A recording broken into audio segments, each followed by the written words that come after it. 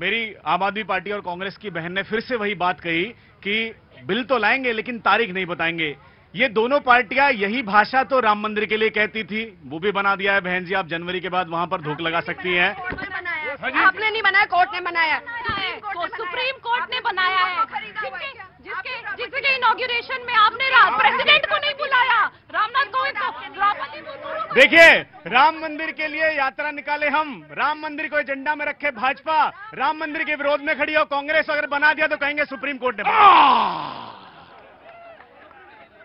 जनावत साहब, आपको आज हम एक बात बता दे रहे हैं, सारे तर्क हल्के ही रखिएगा, सब महिलाएं हैं चारों तरफ। नहीं, मैंने बताइए, आप मुझे बताइए, कोर्ट में जब दो पार्टी जाती हैं तो न्याय मिलता है। अब ये कह रहे हैं जी कोर्ट बिना मांगे न्याय दे। मुद्दे पे आइए, मेन मुद्दे पे, महिलाओं के सशक्तिकरण पे आइए। देखिए, सुन लीजिए, अभी सुन लीजिए। Dreams without goals are just dreams. हम सपना देखते हैं और उसको पूरा करने की परिकल्पना रखते हैं, और ये पक्की बात है। अगर हमने मंदिर कहा तो बनाया, 370 कहीं हटाएंगे तो हटाई, और ये महिला अधिनियम अगर हम लाएंगे तो हम ही लाएंगे। 5 ट्रिलियन इकोनॉमी कब बना रहे हैं? कब?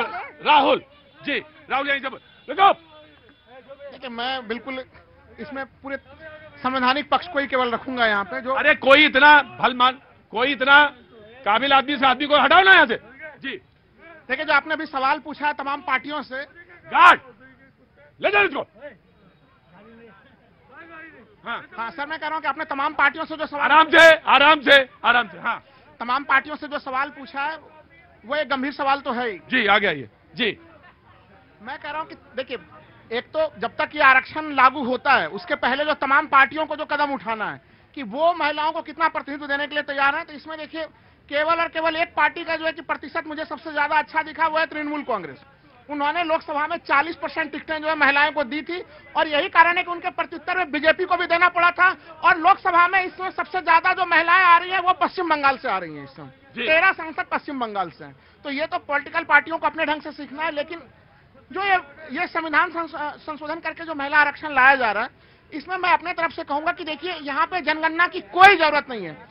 आप जनगणना या आंकड़ों की जरूरत तब पड़ती है जब आपको लगे कि कहीं उनकी उपस्थिति से ज्यादा आप उनको रिजर्वेशन ना दे दें, यानी वो जिसकी जितनी भागीदारी उसकी उतनी। जी, गलत बयानबाजी कर रहे हैं। मैं इनको अभी यहीं करेक्ट कर देता हूं। कॉन्स्टिट्यूशन को पढ़ना सीखें। नॉर्मल रिजर्वेशन और पार्लियामेंट्री रिजर्वेशन में फर्क होता है। आर्टिकल 82 के तहत हमने ऑलरेडी 2026 तक सारी चीजों को सीज किया हुआ है, और इसीलिए मैं कह रहा हूं, जब हम लॉ लाएंगे उसके बाद होगा सेंसस, और सेंसस के बाद जाकर के रिजर्वेशन मिल पाएगा। और जो ये सीज किया है, मैं आपको एक आंकड़ा बताऊं, 2020 के बाद ये 8 बार सीज हुआ है, 8 बार सीज हो चुका है। और ये अपने आप में, अब सुनने में आया कि गृह मंत्रालय ने कहा कि हम बहुत जल्दी तैयारी में हैं, हम सेंसस को लेकर भी तैयार हैं, हम डिलिमिटेशन को लेकर भी तैयार हैं, और हम दूसरी महिलाओं से उनके विचार लेकर भी तैयार है। जी प्रियंका जी, पहले रणनीति। जी प्रतीक जी, अभी मैं सुन रही थी सब। महिला को आगे आना चाहिए। हाँ जी, आइए राहुल जी, पीछे जाइए, बिल्कुल पीछे जाइए, बिल्कुल एकदम पीछे खड़े हो जाइए चुपचाप। हाँ जी, हाँ। नहीं चाहिए आरक्षण। भाई कौन आदमी है ये जो शराब पी के आ गया है? आराम से इनको ले जाओ, उनको थोड़ा चाय वाय पानी वानी कराओ। हाँ, मेरी गाड़ी में बैठा लो उनको। जी जी जी, नहीं चाहिए आरक्षण इसलिए कि कमजोर हूं मैं। नहीं चाहिए आरक्षण इसलिए कि कमजोर हूं मैं। आरक्षण चाहिए इसलिए कि देश की सपोर्ट हूं मैं। देश में अगर सही भागीदारी चाहिए और देश की प्रगति चाहिए तो आरक्षण देना पड़ेगा। और ये जो क्रेडिट लेने की होड़ लगी है, जो ये कह रहे हैं कि जी हमें भगवान ने अवतरित किया है धरती के ऊपर इस आरक्षण को, तो कोई ऐसा आप महान काम नहीं कर रहे हैं।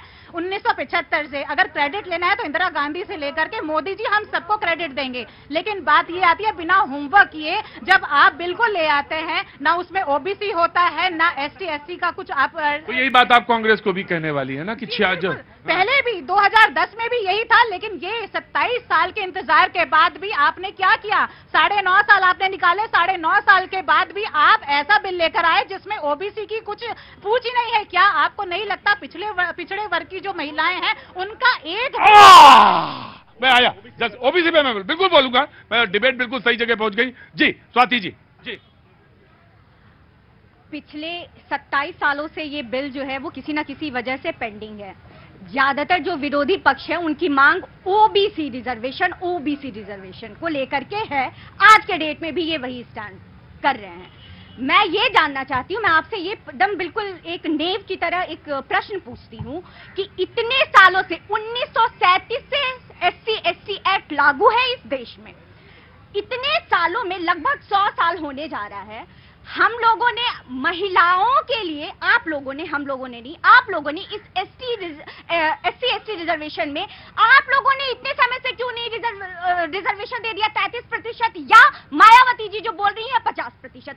आप जिस इच्छा शक्ति की बात कर रहे थे, मैं उसी बात को आगे बढ़ाती हूं कि अगर वाकई में महिला नेतृत्व का मन होता और इनकी इच्छा शक्ति होती तो ये अब तक अपनी विधानसभा में सिर्फ 9 या 10 ऐसी विधानसभाएं हैं जिसमें सिर्फ 10% से ज्यादा महिलाएं हैं, बाकी कहीं नहीं है।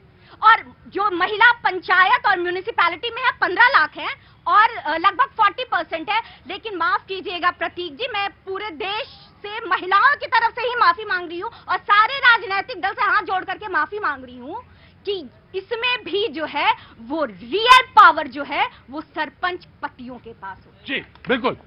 अब मैं आता हूँ, अब बोलना चाहते हैं जी। अभी काफी बीजेपी के जो सपोर्टर्स हैं और जैसे बोला महिला सम्मान की बात करते हैं, अरे आप बाकी को छोड़ दीजिए, आप पॉलिटिकल पार्टीज को छोड़ दीजिए, आप इंडिया गठबंधन को छोड़ दीजिए, आप अपनी पार्टी में झांक कर देख लीजिए। उमा भारती तक की नहीं सुनी। उमा भारती जी ने खुद कहा है कि मुझे वाजपेयी जी ने जो सम्मान दिया वो आज मेरी बात प्रधानमंत्री मोदी जी नहीं सुन रहे हैं, वो खुद ओबीसी की बात कर रहे हैं। उन्होंने कहा है कि अगर इस पे आप काम नहीं करेंगे तो इसके विरोध में हम लोग काम करेंगे। जी नीति। हाँ, ये बार बार कांग्रेस भी पार्लियामेंट के अंदर ओबीसी की बात कर रही है, उनके प्रवक्ता भी ओबीसी की बात कर रहे हैं। मैं आपको बड़ी अच्छी जानकारी देता हूं, आप किसी को यहाँ पता नहीं होगा शायद। 1993 में ओबीसी कमीशन बना था, कांग्रेस का समय था, गठबंधनों का समय था, उसे दंतहीन बना दिया गया, उसे कोई कॉन्स्टिट्यूशनल दर्जा नहीं दिया गया। ये मोदी सरकार है जिसने 2018 में ओबीसी कमीशन को पहली बार कॉन्स्टिट्यूशनल दर्जा दिया, संवैधानिक दर्जा दिया। ये पहली बार मोदी सरकार है जिसने नीट की परीक्षा में ओबीसी कोटे का प्रावधान किया। ये पहली मोदी सरकार है जिसने केंद्रीय विद्यालयों में ओबीसी के बच्चों को आज पढ़ने के लिए वहां पर कोटा दिया। ये सब ओबीसी की बातें करते हैं, लेकिन जब ओबीसी को कॉन्स्टिट्यूशनल करना था तो सबके सब दुम दबा करके भाग गए थे। आज इनको ओबीसी याद आया है, क्यों? आज महिला आरक्षण की बात है ना, किसी तरीके से तो जी जनाब, आई एम सॉरी, बड़े ध्यान से सुना भाई, आपने ओबीसी को संवैधानिक दर्जा दिया, बहुत बहुत साधुवाद सहरावत जी। लेकिन सुन ना, मैंने सुन तो लीजिए, लेकिन भाई महिला आरक्षण में अगर ओबीसी को जगह मिल जाए, अल्पसंख्यकों को जगह मिल जाए तो उसमें क्या दिक्कत है उसमें? और मैं तो आपको कह रहा हूं, आप कम से कम 2 प्रावधान तो हटा दीजिए, ये परिसीमा, ये जनगणना, उसके बिना भी 2010 का बिल देख लीजिए, उसके बिना भी आप कर सकते हैं। और 2024 के लोकसभा चुनाव में ही